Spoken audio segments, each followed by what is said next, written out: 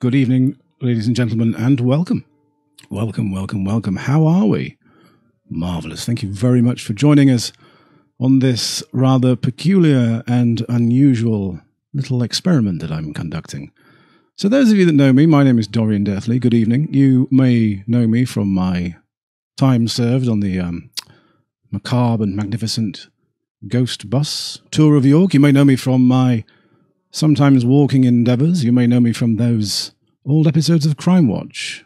You may, of course, know me from my recent adventures, streaming myself wildly into the internet for your entertainment during these very peculiar times indeed. This week, I thought we would try something a little bit different. Yes, you may have noticed that I'm not outside at the moment. I am firmly indoors. I'm inside. I'm following the good advice. I'm very alert. I am very alert. Nothing will creep up behind me tonight. Mostly because to do that, it would have to come down the fireplace. This is, of course, Tales from the Fireplace, and I am indeed in a fireplace. This behind me is an old fireplace, secreted away in the back room of my little office on Fishergate in the middle of York. And here we are. I have converted it into this wonderful little macabre setting for me to perhaps share a few things with you tonight. Now, I was very excited to see lots of people checking in from all over the ruddy place. We have people watching from sunny, I can never pronounce this right, Worcester, where the sources come from. Marvellous. We have apparently someone watching from the moon, which is very impressive. How's the Wi-Fi signal on the surface of the moon? Bedlington, Northumberland, Galloway in Scotland. We have people from Molesey. I like that someone here wrote, Andrew Jones, we're from Connors Quay near Chester, because obviously you've gone through your life saying from Connors Quay and people have gone, where? And you've gone, near Chester. I'm very familiar with that. Sheffield, from Hull, from Ayrshire, St Helens, Masham. Very, very exciting indeed. Who's behind me? Don't say that. I mean, there is one gentleman behind me, and that's young Marshall there. You might just make him out in the background there. Maybe we'll share a few of my lurking background items with you later on in the evening. Now, tonight I am going to be sharing with you some slightly different things than usual. Normally I do my tours, I walk around the city of York, and I point out some of the magnificent and macabre goings on. I have a lot of inspiration surrounding me, whereas right now it's me, it's Mrs. Deathley in the corner over there. In fact, let's just pop over to Mrs. Deathley, see how she's doing. Hello there, Mrs. Deathley. Little wave, please. I should have maybe given you a heads up. Hello. Sorry. I was just looking at all the Facebook comments because I'm on Facebook tonight. I don't think we've actually met before. Hello. Yeah, she is real. A lot of people often ask me, do you know this woman who follows you? It's very spooky. But I think that's enough from you. You put that microphone down now. Okay? I'll put the microphone down. Very good. Let me just go back to this button right here. I'm using a lot of very interesting modern technology, and hopefully it will work for the better. But yes, we will tonight be talking about, ghosts and hauntings and macabre goings-on, really focusing on the nitty-gritty. I have a selection of interviews for you that I have conducted in the last 7 days with people who have had actual encounters with the other side. We'll then be taking those apart and perhaps anchoring them to actual sightings around the world, here in York, in Yorkshire, some ghost stories. I've read all of your Facebook comments, everyone that sent me a story. Obviously, I'm not going to read all of the Facebook stories out because that would be an entire hour and 15 minutes on its own. What else have we got? Haunted images. Yes, I've scoured the internet and I've found some, what apparently are known as some of the most authentic and not yet disproven haunted images. Photographs, perhaps, of something that cannot be explained. So we'll be looking at those. And of course, I promised you I'd be reading you a spooky old story tonight, and I've picked an absolute belter, I believe. I have chosen for you this evening a wonderful old story written in the early 1900s. It's a story called The Monkey's Paw. If you're like me, you're probably more familiar with it as an episode of The Simpsons that came out a few decades back, but The Monkey's Paw is a genuinely terrifying old tale, and it's very handily broken into 3 separate sections, so I'll be doing one section at a time, dotted out throughout the evening.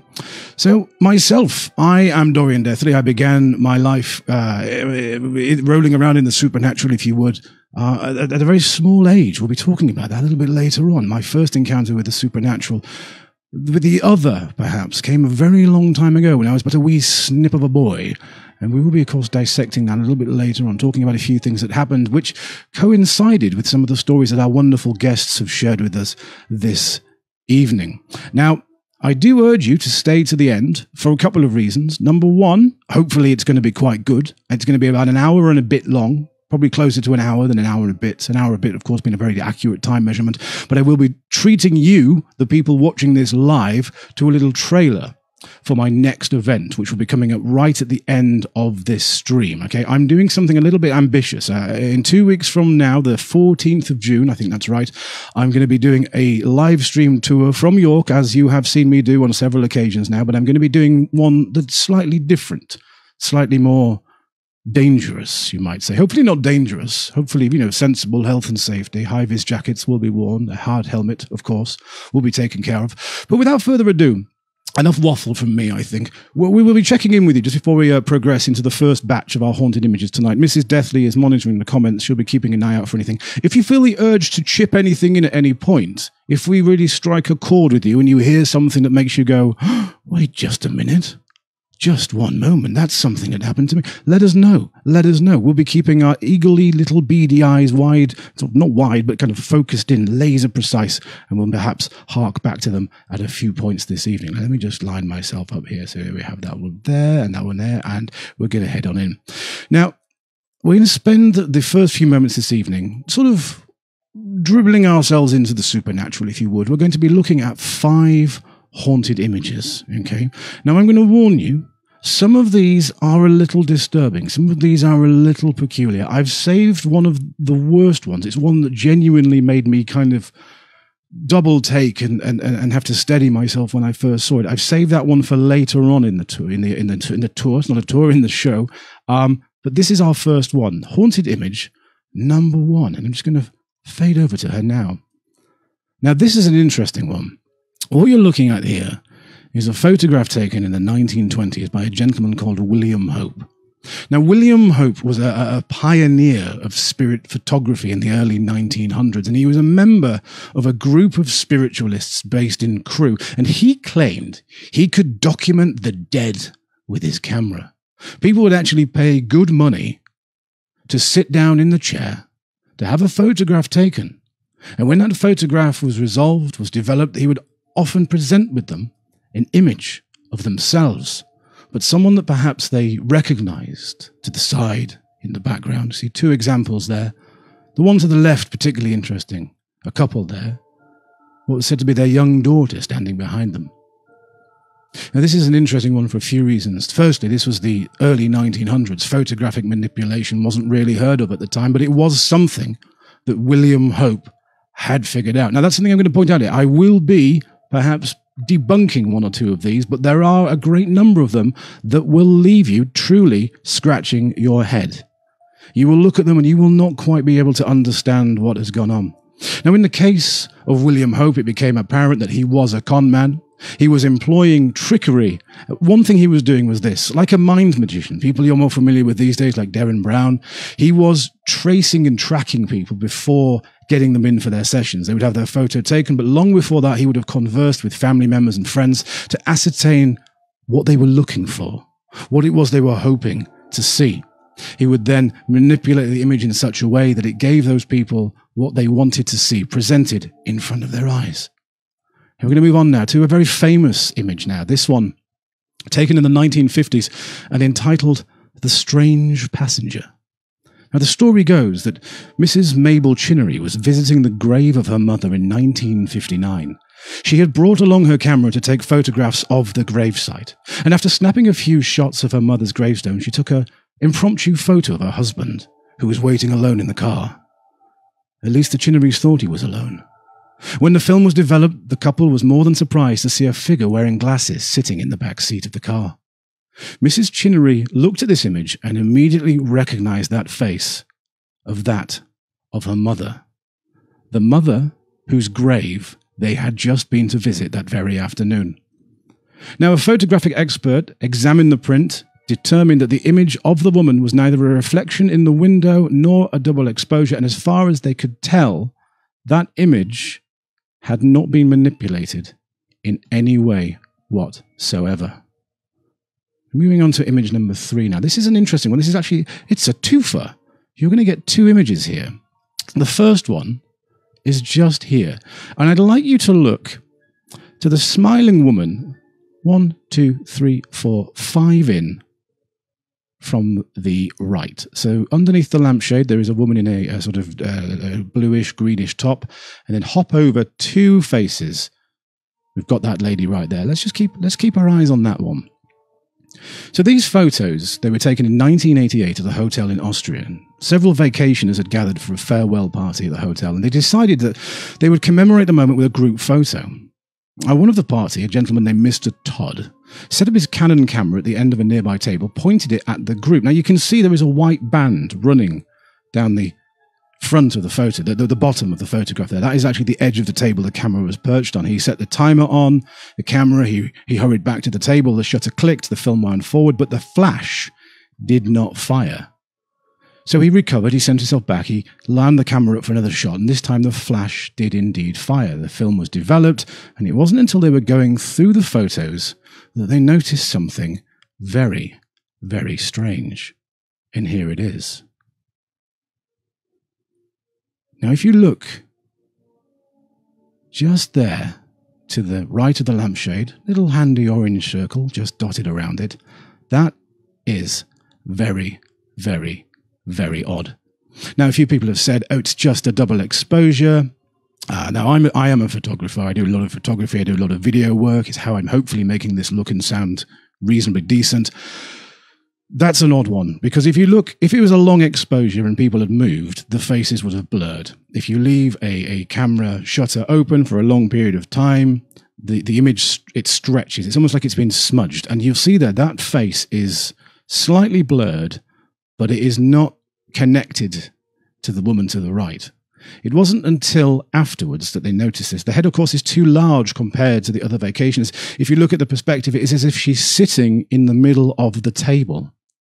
The photo was examined by the Royal Photographic Society, the Photographic Department of Leicester University, and the Society for Physical Research. All of them ruled out double exposure as the cause.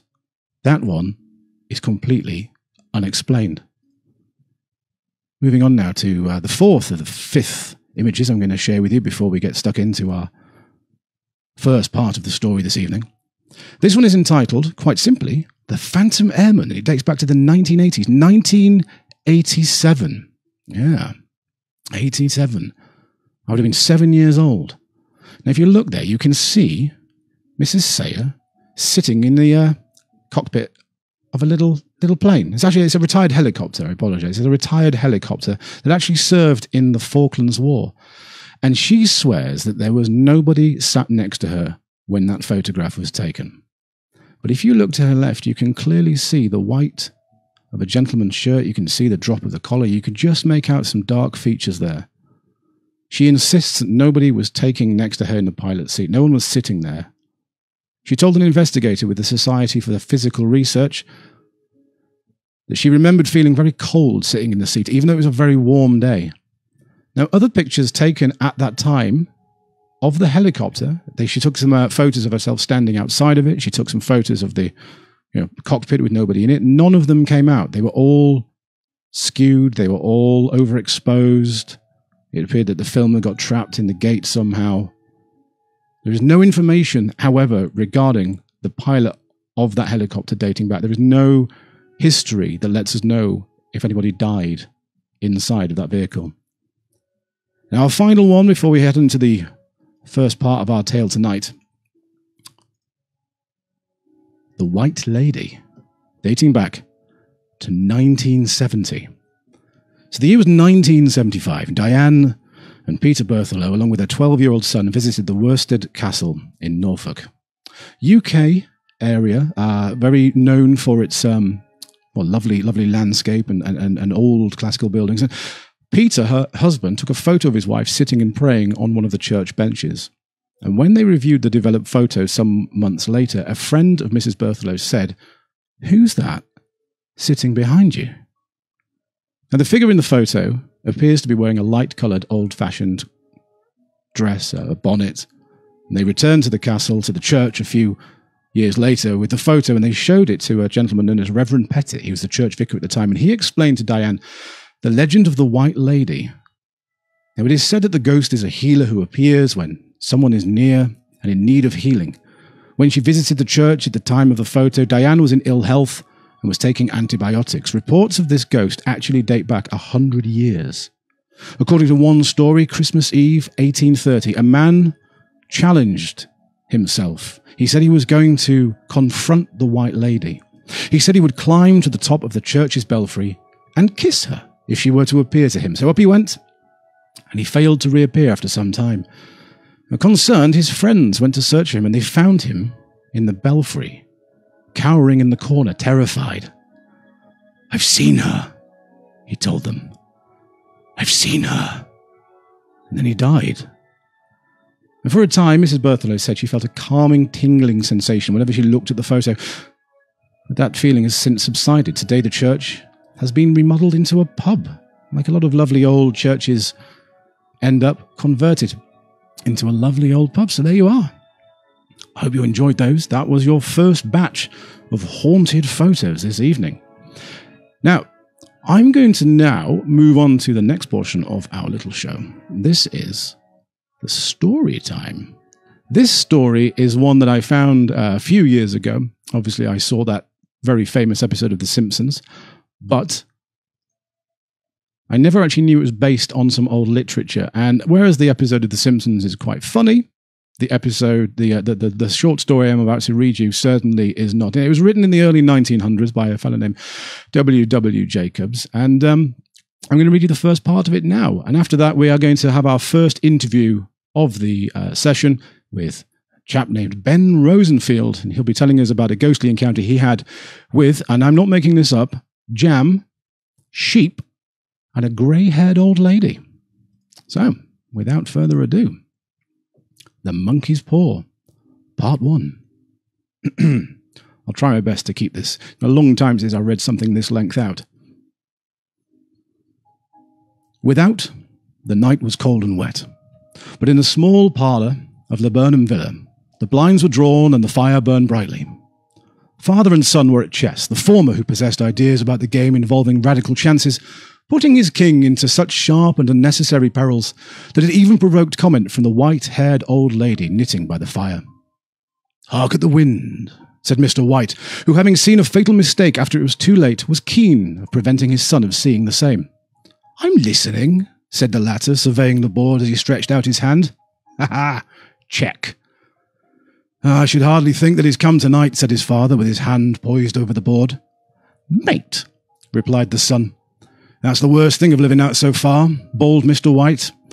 "Of all the beastly, slushy, out-of-the-way places to live in, this is the worst. Paths are bog, the roads are torrent. I don't know what people are thinking about. I suppose because only 2 houses in the road are let, they think it doesn't matter." "Oh, never mind, dear," said his wife soothingly. "Perhaps you'll win the next one." And Mr. White looked up sharply, just in time to intercept a knowing glance between mother and son. The words died away on his lips, and he hid a guilty grin in his thin grey beard. "Oh, there he is," said Herbert White as the gate banged to loudly and heavy footsteps came towards the door. The old man rose with hospitable haste, and opening the door was heard condoling with the new arrival. The new arrival also condoled with himself, so that Mrs. White said "tut-tut" and coughed gently as her husband entered the room, followed by a tall, burly man, beady of eye and large of visage. "Sergeant Major Morris," he said, introducing himself loudly. The Sergeant Major took the preferred seat by the fire, watching contentedly as his host got out whiskey and tumblers and stood a small copper kettle on the fireplace. By the third glass, his eyes had grown brighter, and he began to talk, the little family circle regarding with eager interest this visitor from different parts. He squared his broad shoulders in the chair and spoke of wild scenes and doughty deeds, of wars and plagues and strange peoples. 21 years of it," said Mr. White, nodding at his wife and son. "When he went away, he was a slip of a youth in the warehouse. Oh, look at him now." "Oh, he doesn't look to have taken much harm," said Mrs. White politely. "You know, I'd like to go to India myself," said the old man, "just to look around a bit, you know." "Ah, better where you are," said the Sergeant Major, shaking his head. He put down the empty glass, sighing softly, shook it again. "I should like to see those old temples and fakirs and jugglers," said the old man. What was it you started telling me the other day about a monkey's paw or something, Morris? Nothing, said the soldier hastily. Leastways, nothing worth hearing. Monkey's paw, said Mrs. White curiously. Well, it's just a bit of what you might call magic, perhaps, said the sergeant major offhandedly. His three listeners leaned forward eagerly. The visitor absent-mindedly put his empty glass to his lips and then sat it down again. His host filled it for him. To look at, said the sergeant major, fumbling in his pockets, just an ordinary little paw dried to a mummy. He took something out of his pocket and offered it.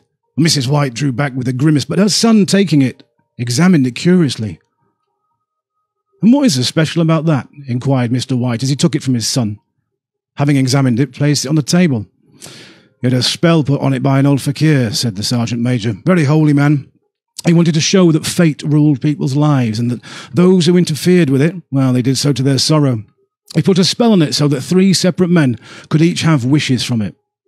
Oh, his manners were so impressive that his hearers were conscious that their light laughter had jarred him somewhat. Well, why do you have 3 then, sir? Said Herbert White, their son, cleverly. The soldier regarded him with that way that middle age is wont to do when presumptuous youth interrupt. I have, he said quietly, and his blotchy face whitened. And did you really have 3 wishes granted? Asked Mrs. White. I did, said the sergeant major. And has anyone else wished? Persisted the old lady. The first man had his 3 wishes, yes. I don't know what the first 2 were, but the third was for death, and that is how I got the paw. Now his tones were so grave that a hush fell upon the group. Well, if you've had your 3 wishes, it's no good to you now then, is it, Morris? Said the old man at last. What'd you keep it for? Ah, fancy, I suppose, said the old man slowly. He did have some idea of selling it, but I don't think I will. It has caused me enough mischief already. Besides, people won't buy. They think it's a fairy tale. Those that do think anything of it want to try and pay me afterwards. Try it first, you know. Well, if you could have another 3 wishes, said the old man, eyeing him keenly, would you have them? I don't know, said the other. I don't know. He took the paw and, dangling it between his forefinger and thumb, suddenly threw it on the fire. White, the old man, with a slight cry, stooped down and snatched it off. You'd better let it burn, said the soldier solemnly. If you don't want it, Morris, said the other, give it to me. I won't, said his friend doggedly. I threw it on the fire. If you keep it, don't blame me for what happens. Pitch it on the fire like a sensible man. The other shook his head and examined the possession closely. How'd you do it? He inquired. Hold it up in your right hand and wish aloud, said the sergeant major, but I'll warn you of the consequences. That sounds like Arabian Nights, said Mrs. White, as she rose and began to set the supper. Don't you think you might wish for 4 pairs of hands to help me set the table? Her husband drew the talisman from his pocket, and all 3 burst into laughter as Sergeant Major, with a look of alarm on his face, caught him gruffly by the arm. If you must wish, he said gruffly, wish for something sensible. Mr. White dropped it back into his pocket. Placing chairs, motioned to his friend to the table. In the business of supper, the talisman was partly forgotten, and afterward the 3 sat listening in an enthralled fashion to a second instalment of the soldier's adventures in India. If the tale of the monkey's paw is not more truthful than he has been telling us, said their son Herbert as the door closed behind their guest, just in time to catch the last train, we shan't make much of it. Did you give him anything for it, father? Inquired Mrs. White, regarding her husband closely. A trifle, he said, colouring slightly. He didn't want it, but I made him take it anyway. He pressed me again, you know. Throw it away. Not likely, said Herbert, with pretended horror. Why, we're going to be rich and famous and happy. Wish to be an emperor, father. To begin with, then you can't be henpecked. He darted round the table, pursued by the maligned Mrs. White. Mrs. White took the paw from his pocket and eyed it dubiously. I don't know what to wish for, and that's a fact, he said. Seems to me that I've got all I want. Well, if only you paid for the house, you'd be quite happy, wouldn't you, said son Herbert, with his hands on his shoulder. Well, wish for £200 then. That'll about cover it. His father, smiling shamefacedly at his own credulity, held up the talisman, as his son, with a solemn face, somewhat marred by a wink from the mother, sat down and struck a few impressive chords. I wish for £200, said the man distinctly. A fine crash from the shadow greeted his words, interrupted by a shuddering cry from the old man. His wife and son ran towards him. It moved, he cried, with a glance of disgust at the object as it lay on the floor. As I wished, it twisted in my hand like a snake. I don't see the money, said his son, as he picked it up and placed it on the table, and I bet I never shall. He shook his head. Never mind now. There's no harm done. Gave me a shock is all. They sat down by the fire again, while the two men finished their pipes. Outside the wind was higher than ever, and the old man started nervously twitching at the sound of a door banging upstairs. A silence unusual and depressing settled on all three, which lasted until the old couple rose to retire for the rest of the night. I expect you'll find the cash tied up in a bag, the end of your bed, said Herbert as he bade them farewell. Something horrible squatting on top of your wardrobe, watching you as you pocket your ill-gotten gains. He sat alone in the darkness, gazing at the dying fire, and seeing faces in it, the last was so horrible and so simian that he gazed in amazement. It got so vivid that with a little uneasy cough, he felt for the table, a glass containing a little bit of water to throw upon the flames. His hand grasped the monkey's paw, and with a little shiver, he wiped his hand on his coat, and he went up to bed. Well, there you go. Oh, that is part one, my friends, of The Monkey's Paw. I do hope you're enjoying it. Honestly, Mr. White has made some terrible mistakes, and we will find out what those mistakes are a little bit later on. Now, we're going to head over into excuse me just one moment as I find my little sheet, my battle plan. Yes, it's time for our first interview.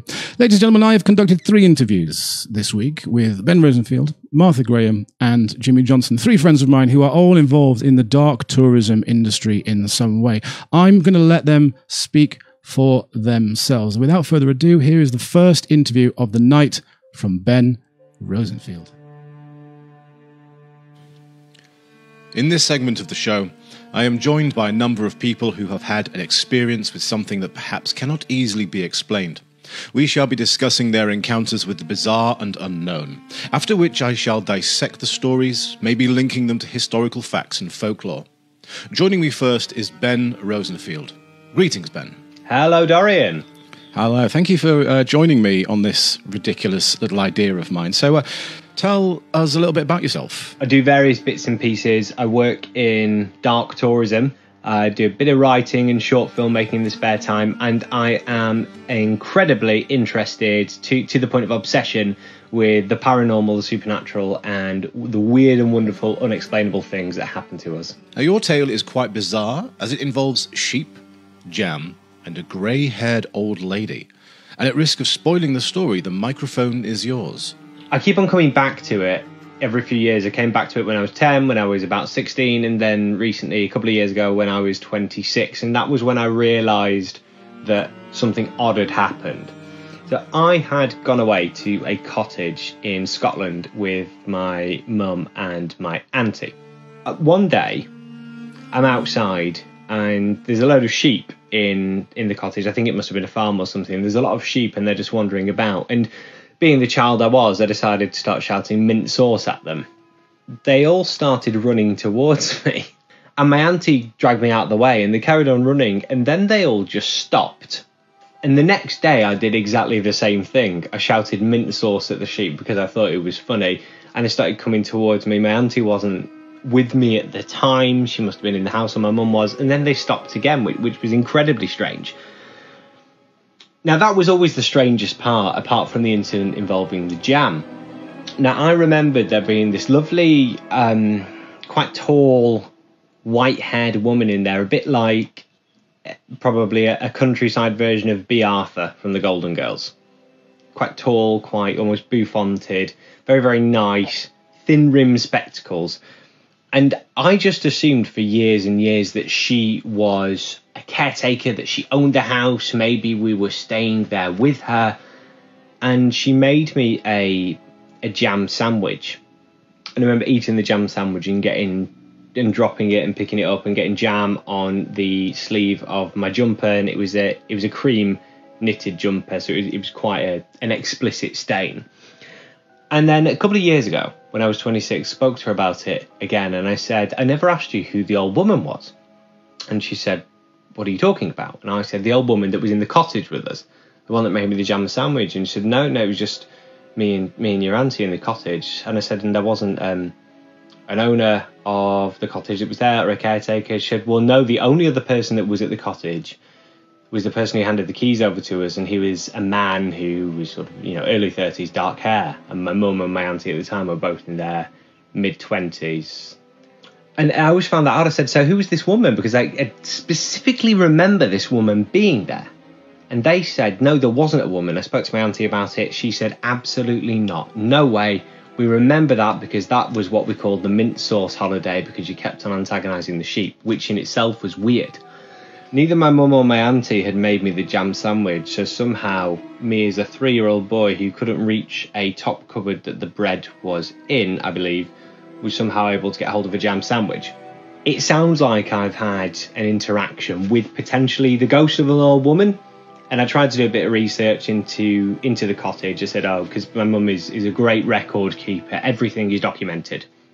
So I tried looking into it, couldn't quite find out exactly where the cottage was, but the whole thing's really freaked me out, and it freaked me out at the age of 26 more than it ever had done, because with the sheep that were weirdly stopping, the old woman and the impossible jam sandwich, it just seems like a very strange experience that happened to me.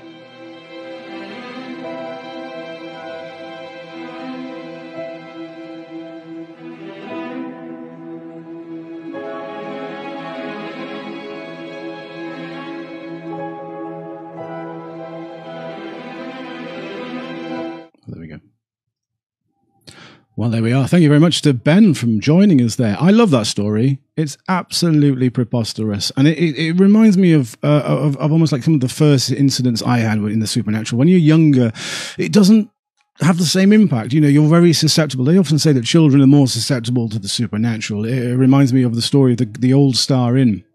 In the city centre of York, which of course I visit on my walking tours, the only children will see the lady who walks up the stairs. And I do think, as I said to Ben after that interview, that something that is perhaps not explainable, something that you can't quite understand or draw any kind of parallel to, those are the best stories. It puts me in mind of when I was a child. I lived in the middle of Scarborough. I lived in a place called Park Avenue. I grew up in Scarborough. Lived with my mum in an old Victorian house, which was built in the early 1900s. And my bedroom was right at the end of the house. And I had a small glass window.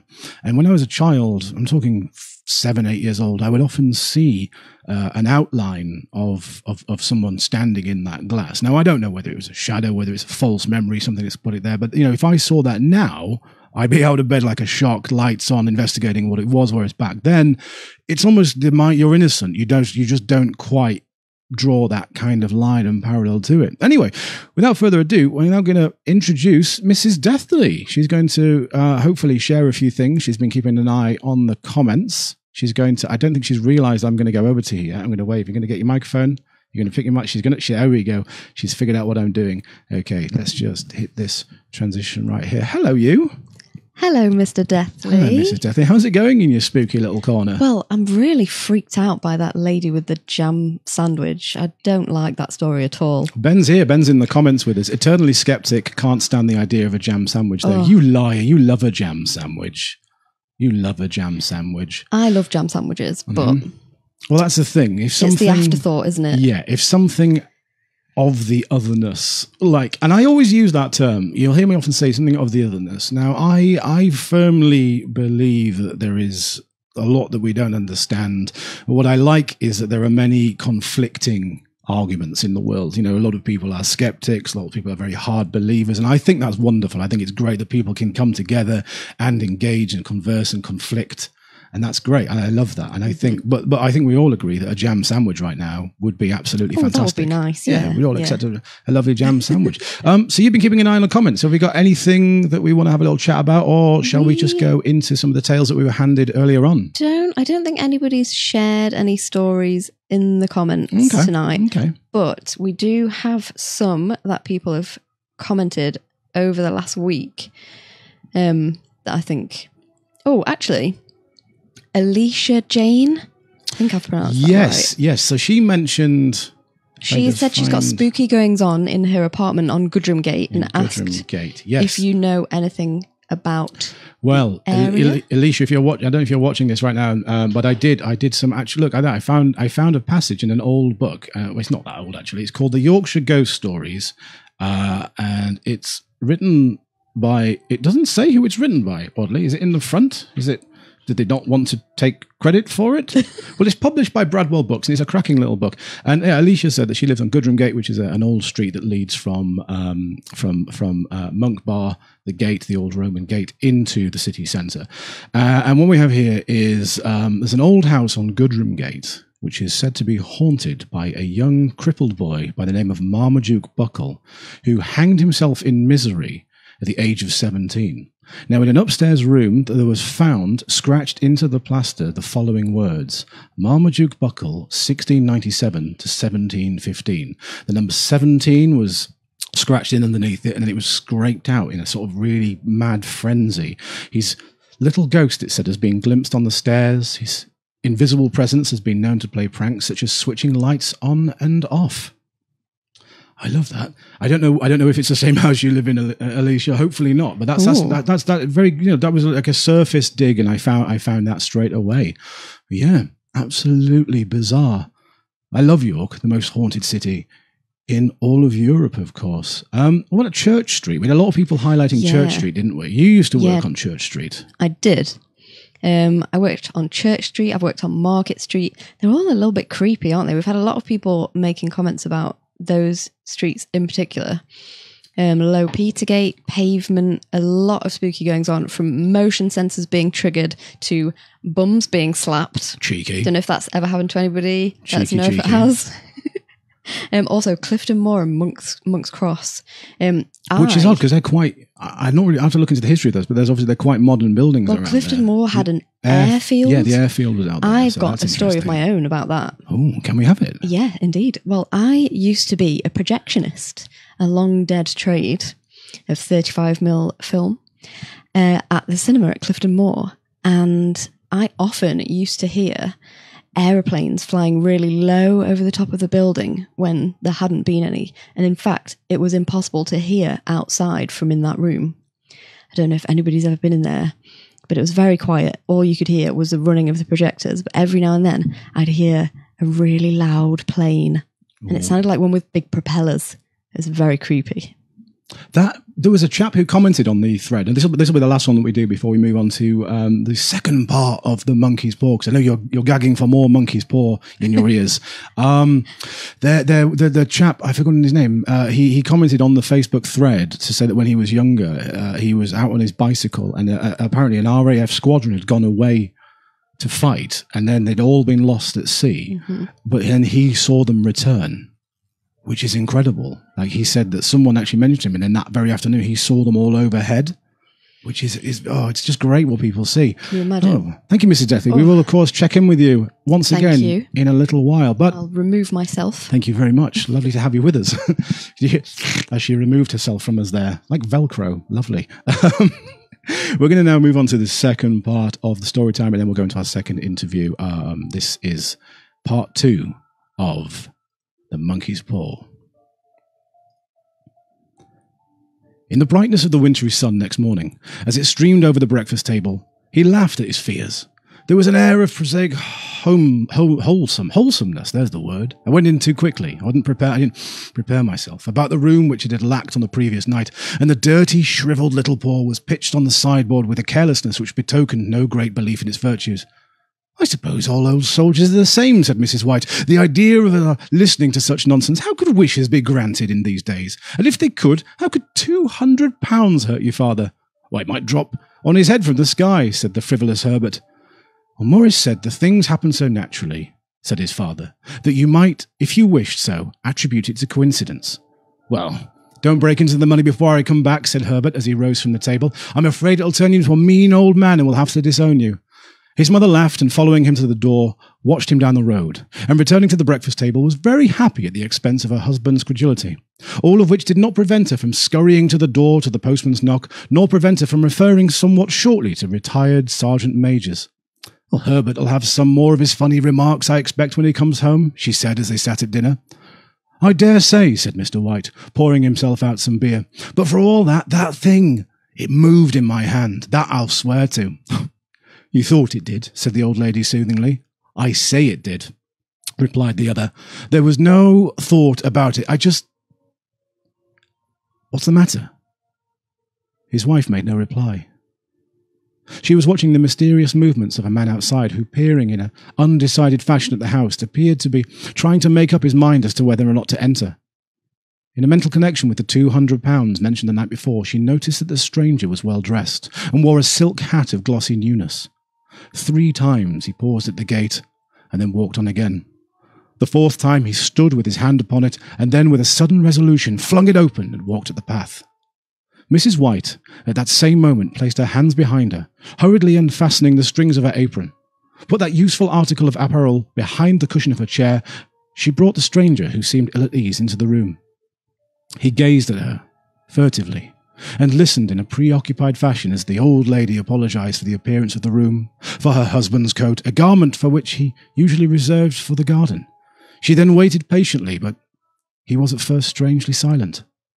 And then I was asked to call, he said at last, stooped and picked a piece of cotton from his trousers. I come to you from Moores and Meggins. The old lady started. Is anything the matter? Has anything happened to our Herbert? What is it? What is it? Her husband interposed. There, mother, he said hastily. Sit down. Don't jump to conclusions. You've not brought us bad news, sir, I'm sure. And he eyed the man wistfully. I am sorry, began the visitor. Is he hurt? Demanded the mother wildly. The visitor bowed in assent. Aye, badly hurt. But he is not in any pain. Oh, thank God, said the old woman, clasping her hands. Thank God for that, thank... She broke off as the sinister meaning of the assurance dawned on her, and she saw the awful confirmation of her fears in the other's averted face. She caught her breath and, turning over her slower-witted husband, laid her trembling hands on his. There was the longest silence. He was caught in the machinery, said the visitor at length in a low voice. Caught in the machinery, repeated Mr. White. Yes. He sat staring out of the window, and taking his wife's hands between his own, pressed it as he had been wont to do in their old courting days nearly 40 years earlier. He was the only one left to us, he said, turning gently to the visitor. It is hard. The other coughed, rising, walked slowly to the window. The firm wishes me to convey their sincere sympathies with you in your great loss, he said. I beg that you will understand that I am only their servant and merely obeying orders. There was no reply. The old woman's face was white, her eyes staring, and her breath inaudible. On her husband's face was a look such as his friend the sergeant might have carried into his first action.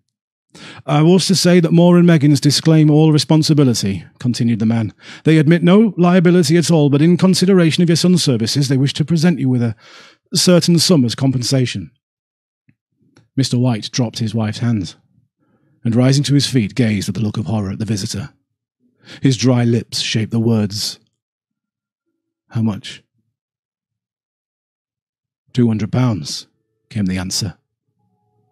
Unconscious of his wife's shriek, the old man smiled faintly, put out his hands like a sightless man, and dropped as a senseless heap to the floor. Well, there you go. That was The Monkey's Paw, Part 2. It's not going well for the Whites, is it? It is not going well for them at all. Caught in the machinery. Oh, my goodness me. Now, we are going to move straight on now, my friends, to the second interview of the night. This is an interview, a friend of mine, Martha Graham. Martha worked with me on the York Ghost Bus back when it first launched itself in 2014, 6 years ago, which is absolutely ludicrous. And she was very kind to offer me some time. And without further ado, I'm going to hand you over to her. And here we go, back again with yet another interview with someone who has encountered something of the slightly unknown. I'm joined by my good friend, Martha. Hello. Hi. So, do you want to basically tell our wonderful listeners a little bit about yourself and perhaps how that connects with what we're about to talk about. My name is Martha. I'm currently living in Paisley, which is a little town near Glasgow, which is sort of probably haunted more by youths than it is ghosts, but I have lived in more haunted places, and one such place was York, which is where I went to uni. I'm currently a teacher, but my background's in performing and particularly ghostly goings-on, and I seem to always get cast as a witch as well. Great. Without further ado, I'm going to hand over to you, and you can tell our wonderful audience your tale. Tell us what happened. So this is actually the story that I told for my Ghost Bus audition. I was living in what I think was a Victorian warehouse or factory in York, second year of uni, and we went round for all the house viewings, and this one was kind of the last one we saw, bit of a last chance sort of house, and it was really cheap. It was, do you know where the Grange accommodation was? I do, yes, just down by the River Ouse. It was just off Eldon Street, like just before the Grange. It was like this big, long, I guess warehouse or maybe factory at one stage. And the end that we lived in, I like to think, I imagined, would have been maybe where some of the offices were, because the way the rooms were laid out, like there was a fireplace in my room, and like sweeping eaves and stuff. It just felt like the sort of business end instead of like the big open factory end. So I was coming home from a lecture, I think, or possibly choir, which would have been in the evening. So it was dark, and you come into the house and you came straight into the kitchen. And I saw my housemate Joe run across like from where the stairs were to near the sofas, and I thought he was crouching down to like jump out at me. So I like went into the lounge like, "Oh, Joe, I've seen you. You can't jump out at me." And there was nobody there, which was freaky. So I went upstairs and I said, "Were you just in the lounge?" And he said no. So that was like, oh god, a bit weird, and I felt really strange about it, and I really, really felt like I'd seen somebody walk past. A couple of weeks went by, and then we went to a midnight showing of The Hunger Games 2. So I came in to the house, I went up to my room, and I honestly swear, standing in my room was a Victorian gentleman with a top hat and a white waistcoat. And I screamed and I ran out, and everybody else came into the room and said they didn't see anything. But I really saw it, and I can still see it now in my mind's eye. And as I say, my room had this like fireplace, so I like to think that was maybe his office. He was maybe the factory foreman. That's the vibes that I got from this gentleman. The Grange and the Groves area, it's kind of the same spot. I'm right in thinking that, isn't it? It's just off Huntington Road. Mm-hmm. Do you know the Grange, one of the Grange buildings, what it was originally used for? Maybe, I don't know. Tell me. So that in the student accommodation, there was like new build blocks, and then this big, large Victorian-looking building, which they did a Who Do You Think You Are with Una Stubbs, I think it was, and it's the old workhouse, and specifically like the sanatorium. So it's the whole area, I think, has this real heavy Victorian poverty vibe. So I think what I saw the first time must have been the ghost of this man walking past, but it was so vivid that I just thought it was a real person. I thought it was my housemate. He's the only guy that I lived with, so that's why I assumed that's who I'd seen.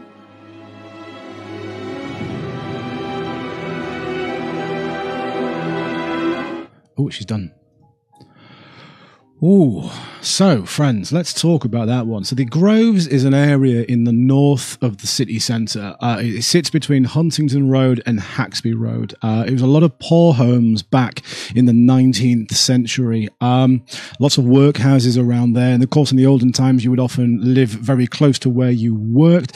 So there's tons of evidence to support Martha's story there. The fact that, back when I first met her, she wasn't a history buff. She wasn't really into, it's the same way it got me. I wasn't, whereas I was always obsessed with, and I would read a lot about the supernatural, the paranormal, the history side of it never really interested me until I started working on the Ghostbusters 6-7 years ago. And after that, lost my life to it. Can't stop watching it. A lot of the homes were rebuilt in the 1960s. And of course, she says there, this is one thing that I find very interesting because this actually directly links to something that happened to me.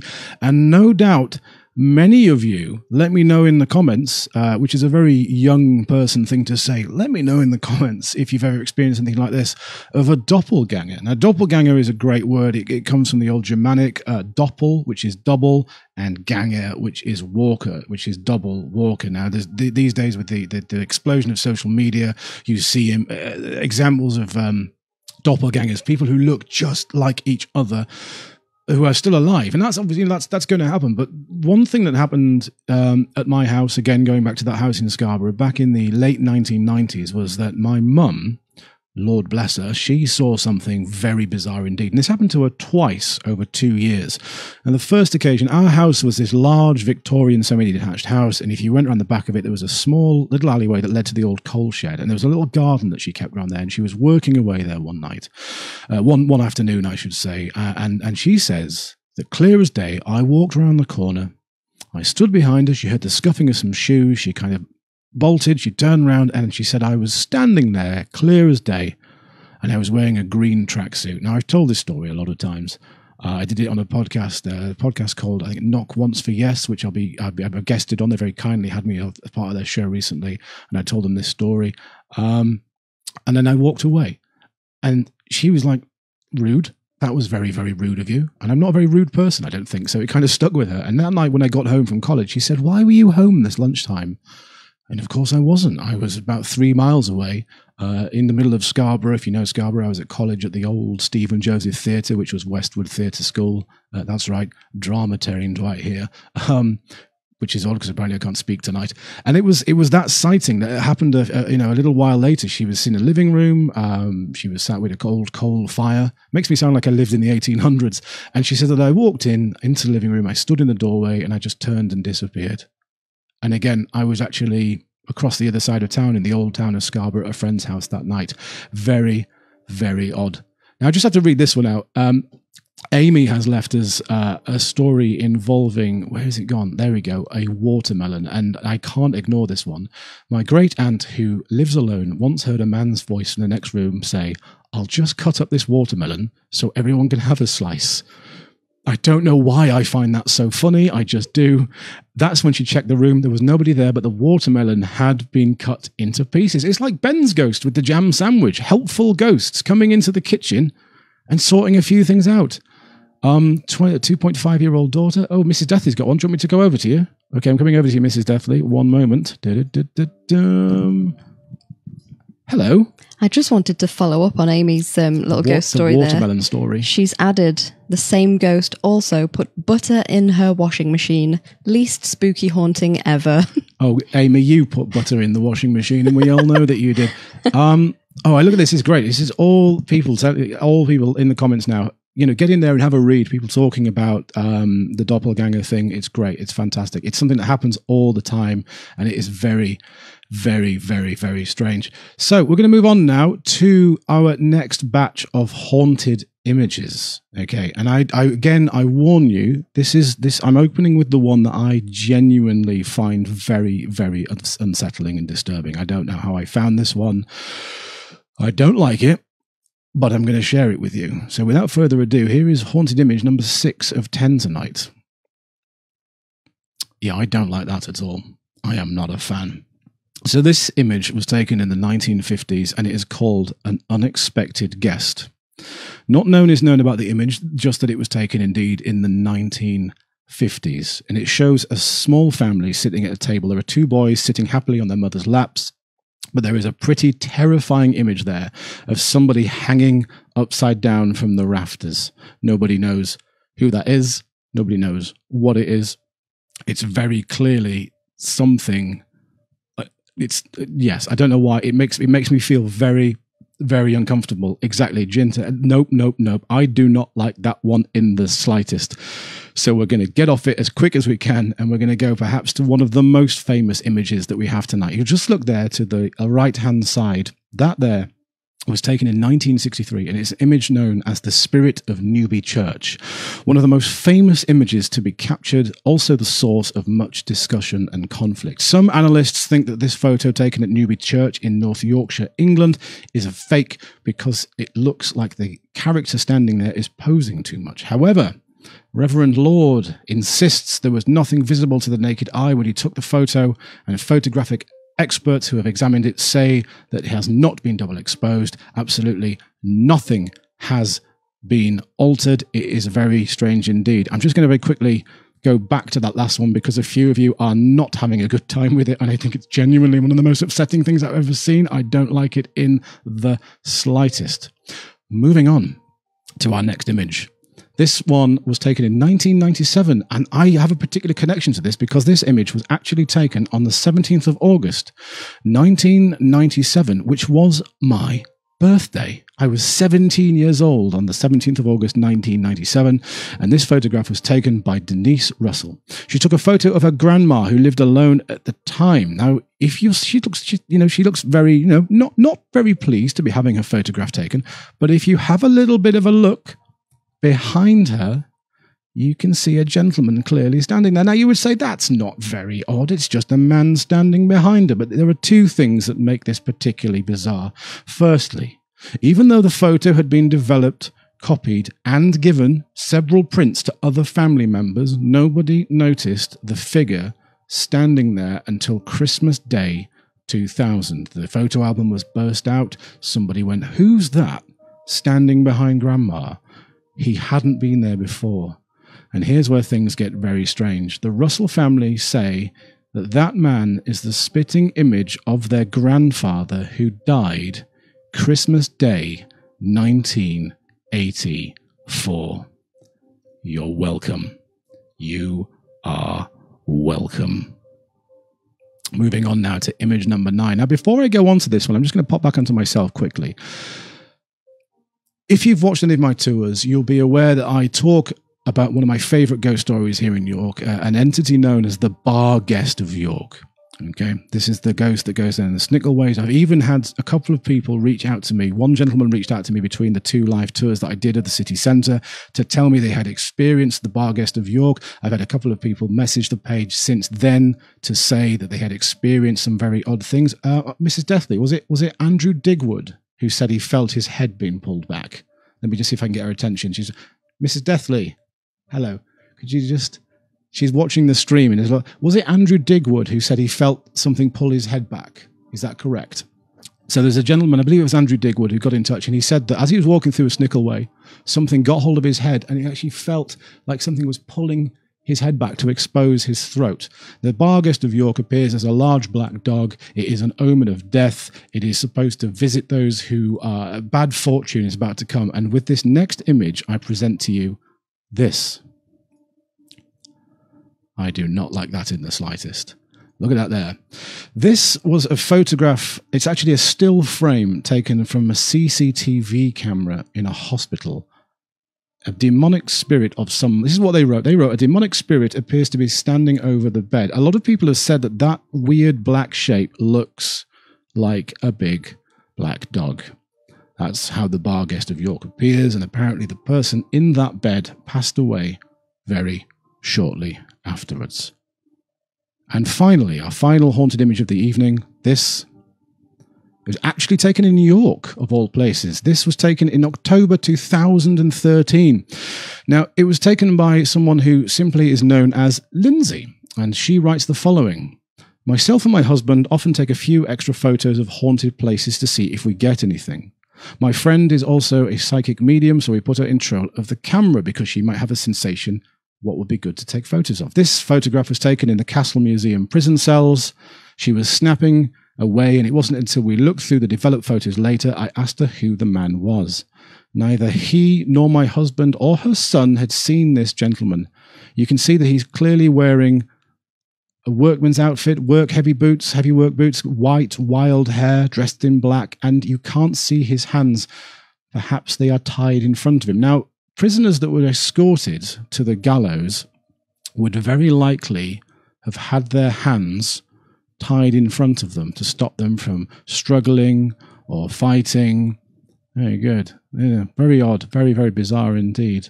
A couple of people in the comments saying they're having sound issues. I do apologise if that's happening. I'll keep an eye on that. It might be as I'm transitioning from image to image, but that's the last of them now. So yeah, we'll look at that. If we do another one of these, we will check it out. So we're going to move on now, friends, to the final part of the Monkey's Paw, the third part of our wonderful tale. And I'm going to tell you, this is the final part, and things, well, they might not go very well for the White family. Without further ado, here we go.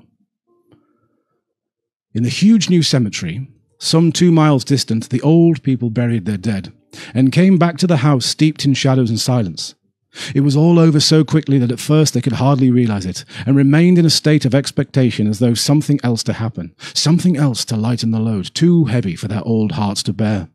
But the days passed, and the expectations gave way to resignation, the hopeless resignation of the old, sometimes miscalled apathy. Sometimes they hardly exchanged a word, for now they had nothing to talk about, and their days were long to weariness. It was about a week after the old man, waking suddenly in the night, stretched out his hand and found himself alone. The room was in darkness, and the sound of subdued weeping came from the window. He raised his head and listened. "Come back," he said tenderly. "You will be cold." "It is colder for my son," said the old woman, and wept afresh. The sounds of her sobs died away on his ears. The bed was warm and his eyes heavy with sleep. He dozed fitfully and slept until a sudden wild cry from his wife awoke him with a start. "The paw!" she cried wildly. "The monkey's paw!" He started up in alarm. "Where? Where is it? What's the matter?" She came stumbling across the room towards him. "I want it," she said quietly. "You've not destroyed it." "It's in the parlour, upon the bracket," he replied. "Why?" She cried and laughed together, bending over, kissed his cheek. "I only just thought of it," she said hysterically. Why didn't I think of it before? Why didn't you think of it?" "Think of what?" he questioned. "The other 2 wishes," she replied. We've only had one." "Was that not enough? Was it not enough?" he demanded fiercely. No, she cried. "We'll have one more. Go down and get it quickly. We'll wish our boy alive again." The man sat in a bed and flung the bedclothes from his quaking limbs. God, woman, you're mad." "Get it," she sighed. "Get it quickly and wish. Wish for our boy. Wish for our boy." Her husband struck a match and lit the candle. "Go back to bed," he said unsteadily. "You don't know what you're saying."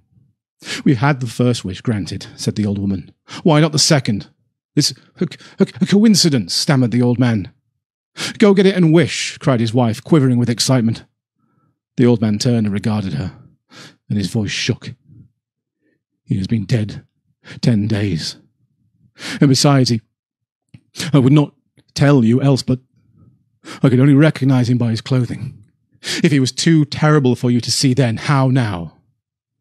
"Bring him back," spoke the old woman, dragged him toward the door. "Do you think I fear the child that I have nursed?" Resigned to the fate, he crawled down into the darkness. He felt his way to the parlour, to the mantelpiece, the talisman standing there with that unspoken wish that may well bring back his mutilated son. If he could escape from the ruse seize upon him, and he caught his breath as he found that he had lost the direction of the door. His brow cold with sweat, he felt his way round the table and groped along the wall until he found himself in the small passage with the unwholesome thing in his hand. Even his wife's face changed as he entered the room. It was white and unexpectant, until his fears seemed to have an unnatural look upon it. He was afraid of her. "Wish!" she cried in a strong voice. "This is foolish and wicked," he faltered. "Wish," repeated his wife. Mr. White raised his hand. "I wish my son alive again." The talisman fell to the floor, and he regarded it fearfully. He sank trembling into a chair as the old woman with burning eyes walked to the window and raised the blind.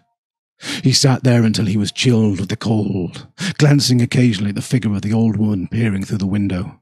The candle end, which had burned below the rim of the china candlestick, was throwing pulsating shadows on the ceilings and the walls, until with a flicker larger than the rest it expired.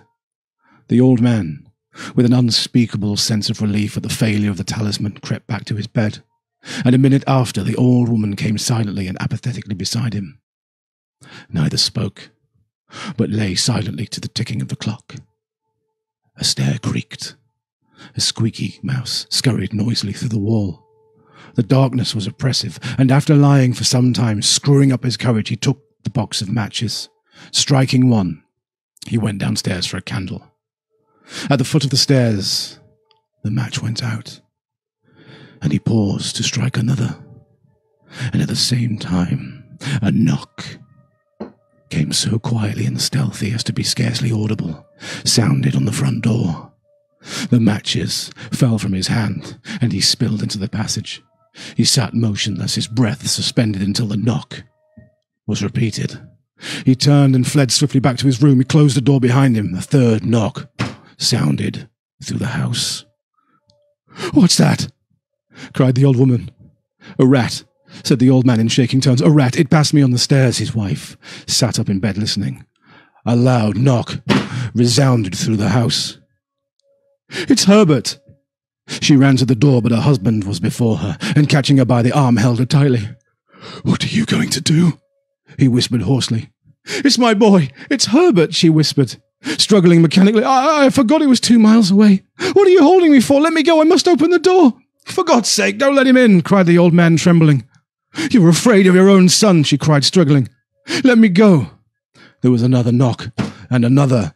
The old woman with a sudden wrench broke free and ran from the room. Her husband followed to the landing and called for her as she scurried downstairs. He heard the chain rattle back and the bolt draw slowly and stiffly from the socket. The old woman's voice, strained and panting. "The bolt!" she cried. "Come down, I can't reach the top bolt." But her husband was on his hands and knees, groping wildly on the floor in search of the paw. If only he could find it before the thing got inside. A perfect fusillade of knocks reverberated through the house, and he heard the scraping of a chair as his wife put it down in the passage against the door. He heard the creaking of the bolt as it came slowly back, and at that same moment he found the monkey's paw, and he frantically breathed his third and final wish. The knocking ceased suddenly, although the echoes of it still filled the house. He heard the chair drawn back, the door opened, and a cold wind rushed up the staircase. A long, loud wail of disappointment and misery emitted from his wife. It gave him the courage to run down to her side, to the open door, to the open street, to the open gate beyond. The street lamp, flickering opposite, shone on a quiet and deserted road.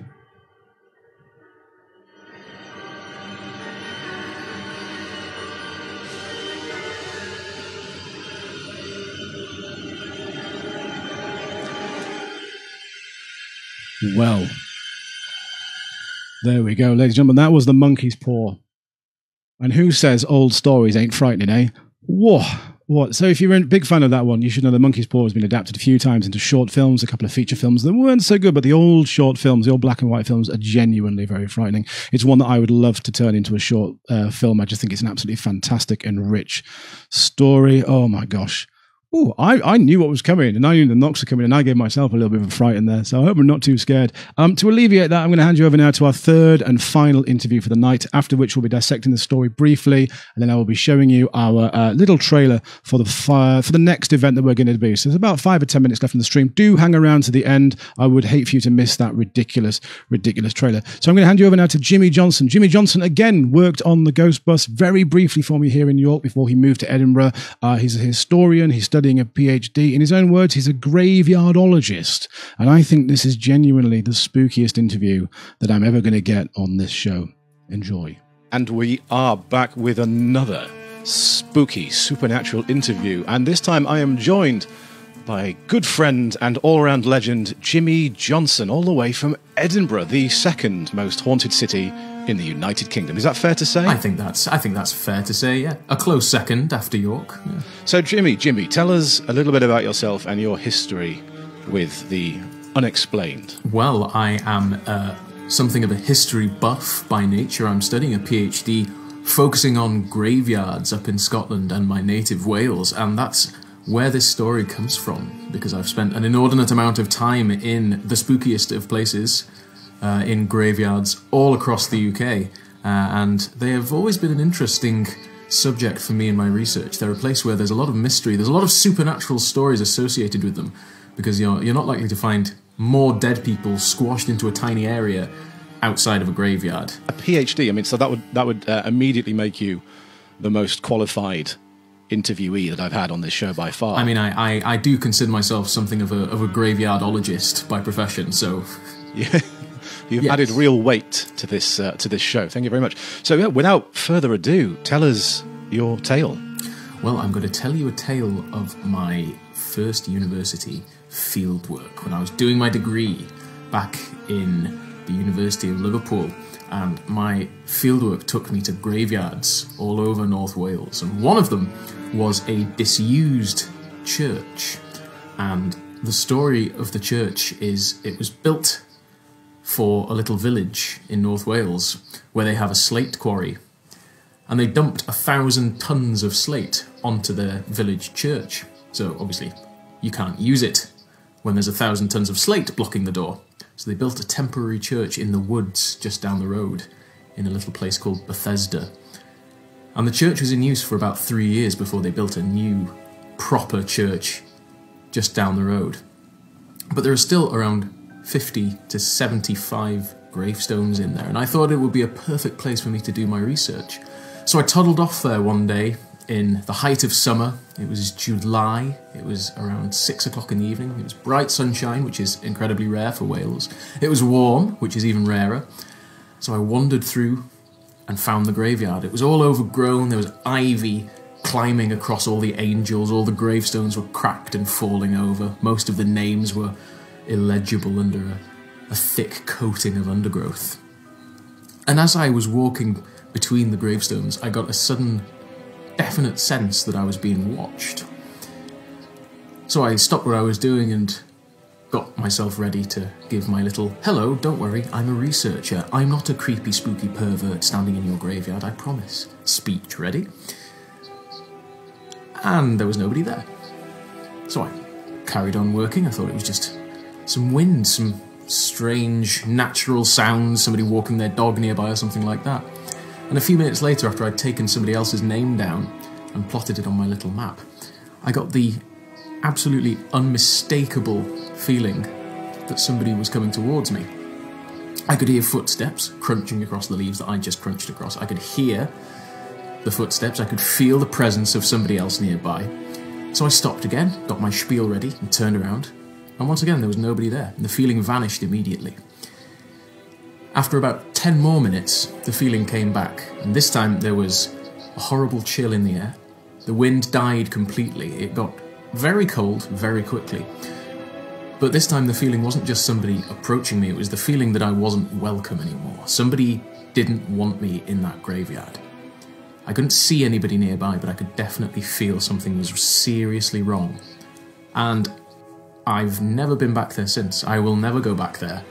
Certainly not alone, and definitely not without permission from some higher power, because there is something seriously amiss in that graveyard. I can't put my finger on it, but I have been in at least 50 or 60 graveyards, and I've never had that feeling before, and I hope I never have it again.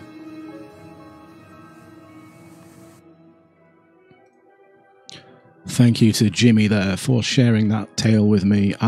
Adding, I believe, weight to this whole thing, because he's studying. The man's going to have a PhD very shortly. Now, Mrs. Deathley, I'm going to bring her into this now. Hello there. Get your little doodad ready. So we visited Edinburgh a couple of times over the last few years, and I wanted to mention with about 5 minutes left on this whole thing, I think, before we go into the trailer for our next event, which I'm hopefully going to love. We did a tour, didn't we? We did. Of the vaults underneath the old part of Edinburgh. While we were up there, obviously it was inevitable we were going to check a few things out. And is it fair to say I didn't handle it very well? Oh no, not at all. You don't think it is fair? Oh no, it's fair. It's fair to say you didn't handle it very well. So, if you don't know much about the vaults under Edinburgh, there are these old catacombs, and they're all gated off, and there are like fences, metal fences, aren't there? I think this is right. They separate. Different bits are owned by different tour companies and different heritage sites. So there's a lot of different tours you can go on. Yeah. And we lucked out because when the guy approached us, he was kind of, we didn't think he was going to, he turned up in like, I'm a big thing for when I'm doing my tours. I like to dress up. I've got loads of costumes for the walking and the bus tours that I do. So many costumes, more costumes than I have actual real life clothes. And this guy arrived and he was in like jeans and a hoodie and a leather jacket. And I was a bit like, but he was so good, wasn't he? Mm-hmm. He was fantastic. Yeah. And I'll try and remember the name of the company, and I'll post up a little plug for when we can move around and travel again. If you're in Edinburgh, you should check this out. But we went underneath the vaults, and he told us the story of the coin. Do you remember this? Yeah, I do. Yeah. It really creeped me out. Yeah. He had us all stand in a circle and blow out the candles, and we were in pitch black. And he told the story about how people often heard this coin drop, and then he. Obviously, I'm really hoping he threw a coin and it made a noise. But I left the floor. Yeah, you left the floor. You jumped quite high, didn't you? Mm-hmm. Yeah. That was a bit of a shock. But then a few weeks later, when we returned to York, in this very office, I was here late at night on my own, and I heard the sound of a coin fall down the stairs, and one of the first things I did was contact Mrs. Deathley and be like, I just heard a coin fall down the stairs, and how to get out? I was so to go past it. I felt immediately nauseous as well. That was the worst thing. I felt like I was like, my hands went really hot, and then I walked home. It's like a half-hour walk to home. You didn't walk. I jogged home, not having a good time. But that's an interesting thing about things that sort of made people that unwanted feeling that you go in somewhere. And it ties into a lot of people got in touch with us and said via the comments on Facebook that people said that they felt as if, they shouldn't be there. Someone mentioned that they used to go into a shop every morning and they had to say hello. That's a recurring thing I've heard. Oh, yeah. Somebody actually said that on Facebook. Yeah, you'd have to walk into the shop and actually say hello to people. Say hello to the spirits to kind of put them at ease and to calm them down. Yeah. I have to say, I do actually do that. Old Reiki Tour, says Paula Hackett. Yeah, that might be right. Yeah, it was. That might be right. Yeah, that might be right. That is true. Yeah. Okay, so I think we're just going to end very quickly with one little story that we got sent over. And I say this one to the end because she sent over so much to us that I was like, I didn't know which one to pick because it was such enthusiasm behind it, and I thought it was fantastic. And it was. Let me just punch myself in the face with the microphone. Can I help you here? I've got it. Okay. So it was Lauren. Lauren actually commented, and she was really getting stuck into people as well who were like saying stories, and she was actually echoing back and saying, "Oh no, I've experienced that," and it was fantastic to see people interacting on the page. And I'm going to sort of skip through this. And so this is a story. She says that once upon a time, she looked after a friend's dog at a house in Clifton Moor a few years back. Her house is very freaky, and she remembered her telling me everything. I'm going to change it to her. I'm going to read it as she's written it. Okay. I remember her telling me everything that went on there. And as soon as I said I'd stay at her house for 2 weeks, I started to regret it. But I went through with it anyways. They needed someone to look after her. So the time came, and me and my boyfriend at the time stayed there. He'd only go out to work during the daytime. I was at university, so I only had to go in a few days a week. And I was left in the house alone. The dog had a kennel cough at the time, which was very contagious in dogs. So I couldn't take her home as my mum's dog would catch it. That was supposed to be the original plan. Anyway, I only lasted about a week in the house. One day I was leaving to walk her, constantly felt like I was being watched. I checked the back door was locked. I had to pull the handle down low, so just make sure it was really secure. Pulled it towards me. It was definitely locked. I left the keys hanging in the lock. I went out to the front door. Upon my return, as soon as I opened the front door, there was a bang, like something had opened. I went to the back door. The door was locked, but open. So imagine it was open, but the bolt was actually poking out of the side. It freaked me out, and it was definitely locked and shut when I left. And a few nights later, I was letting the dog out for a little wee, lovely little wee in the back garden. The house was quite wide, so I went from room to room, turning on lights so I could see her in the garden. All done, so I let her in and went to start turning all the lights out for the night. As I got into the middle room, the dining room, the chair from the table I'd never sat at was in the middle of the room. It moved seemingly on its own. I never actually sat there, never used that chair once, but it shifted of its own accord. One day, whilst on my own, I decided to text her just to say what was happening, and her reply came. So obviously she texts the people whose house she was looking after. Her reply came back, "They just want to know who you are." That is not comforting at all. You're absolutely right. One night we'd gone to bed. She was tucked up comfy. We heard the dog yelp. There was a scrambling noise. They had wooden floors. We jumped out of bed, rushed downstairs to find her laying on the sofa where we'd left her, looking at us like we were crazy. On another occasion, I'd taken the dog for a walk, and as soon as I came through the front door, I heard a squeaking noise coming from upstairs. There was no way I was going to go and investigate. I put the dog in the living room, went up to go to work. I believe that was the day my friend's auntie came back to get the dog as she'd been sick. When my friend came back off holiday, I went upstairs to check the door handles. 2 of them made the exact noise that I'd previously heard when entering the house. And they only made that noise when the handle went up and down. So what she'd heard while she was downstairs was the sound of the door handles moving up and down on their own. Lauren, never go back to that house again, please. Never, ever, ever, ever go back to that house again, okay? Friends, I hope you enjoyed this. I'm really pleased with how many people stuck with this. We were anticipating, obviously, York is the star of my open outside tours. I will be doing those again in the future. The idea is that we're going to do a tour, which I'm about to show you a trailer for, and then we'll do a walking tour, and then we'll do one of these. So if you haven't really enjoyed this one, that's fine. I'll still do the walking tours. I just wanted to kind of, I didn't want to just keep going out and doing the same walking tour again and again and again and again. When restrictions lift a little further, I might even visit other cities. I'm from Scarborough originally. My family live in Scarborough. I might actually pop over there and get around the castle, the old town, and give you a live walking tour of Scarborough. If you have enjoyed this and you genuinely think, oh, well, great, that man's just given us an hour and a half of his life. This has gone on a little bit longer than he can. You can blame the House of Trembling Madness for this. I might have bought 4 pints of their wonderful pale ale, and I've drank half of it in my enormous wooden tankard. It's very delicious indeed. But yes, there will be a PayPal link, paypal.me/Dorian Deathley. If you're just going to use the PayPal app, it's just doriandeathley@googlemail.com. Anything you fancy, anything you can. It all adds up. It all helps. I don't know when I'm going to be able to go back to work on the Ghost Bus. I have no idea when it was going to actually arrive. We were supposed to be launching a new open air tour, but enough wonder. If you can, that would be really appreciated. If you can't and you enjoyed it, that is the most important thing. And without further ado, friends, I'll come back briefly after this just to see what you think. Here is the trailer for my next event. Enjoy. Well, my friends, there is no denying it. Summer has well and truly arrived in the city of York. Just look at it. Awful. Absolutely despicable. Now, I know you're used to me wandering around the dark and gloomy bits, but there's really no denying that it doesn't look that shabby. So I will be slapping on the Factor 500 and clambering aboard the Deathly Mobile, a pedal-powered monstrosity that has a chain hungry for ankles and rolling around the sun-drenched, not that deathly dark streets of this cracking little city. Join me June 14th at 8:30 p.m.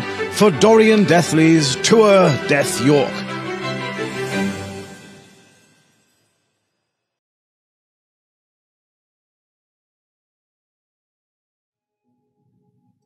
Ooh, sorry about that. I was not paying attention to the stream now. Hope you enjoyed that. So that is the next event. It is the Tour d'Eth. Dorian Deathley's Tour d'Eth. I have bought a little gadget that sits on my handlebars. If any of you is worried that I'm like riding around York one-handed pointing a camera at things, I've not. I bought a little gadget that screws onto the front of my handlebars, and then there's another little gadget that attaches to that, which is like a little robot thing, and it kind of points at stuff. It moves around. It's very impressive. I use it for, doing small-scale events and stuff when I'm doing filming work, but I'll be using it for the tours. And then 2 weeks after that, so the 28th of June, whichever Sunday is 2 Sundays after the next one, I will be doing a walking tour of York. But again, Mrs. Deathley and I are constantly tinkering around with the technology to make it better, to make it more interesting, more dynamic. We don't want it to just be the same thing around and around and around again. We want to constantly keep making what we're doing a little bit fresh and inventive. This was a little bit of an experiment. Let us know what worked. Let us know what you enjoyed. Someone commented about keeping the stories as one. That's noted. That's a very good point indeed. The device I'm talking about is Mrs. Deathley sitting on the handlebars. I have her gaffer taped to the front handlebars, and she's just kind of pointing her camera hysterically at the things. Between now and the cycling tour, I'll do a little event for just a daytime walk. It's not going to be like a big thing. It'll just literally be a lovely, sunny walk around York, and I'll take my little Steadicam phone hand magic trick thing with me, and we'll just have a little wander around the city of York in the lovely sunshine, which I do go out in now and again. Obviously, I want to keep this as spooky as possible. So that's about it. Thanks for joining us, folks. Lovely to have you with us. If you do get the time, leave us a review on the Facebook page, because all of that is really helping me build up a little bit of oomph for when I come back in the future. Really enjoy this. More video listener stories might be interesting. Reading of more ghost stories. Okay, that's fine. Yeah, it'd be good to see the people telling the stories, says Terry Randall. Yeah, I asked that. Like, a lot of people aren't keen to be on camera there. That's the problem. I'll ask around. I'll see what I can do. I'll see what I can do. But yeah, constantly making it better. But let us know. Comment on the page. We'll put a little post up asking for some feedback, and do feel free to let us know what worked, because this is for you guys. This is from us to you, and I do hope you've enjoyed it. So without further ado, I'm just going to pop over to Mrs. Deathley one final time, and we'll say our lovely farewells. Say goodbye, everyone. Goodbye, everyone. Oh, that's adorable. Sleep tight.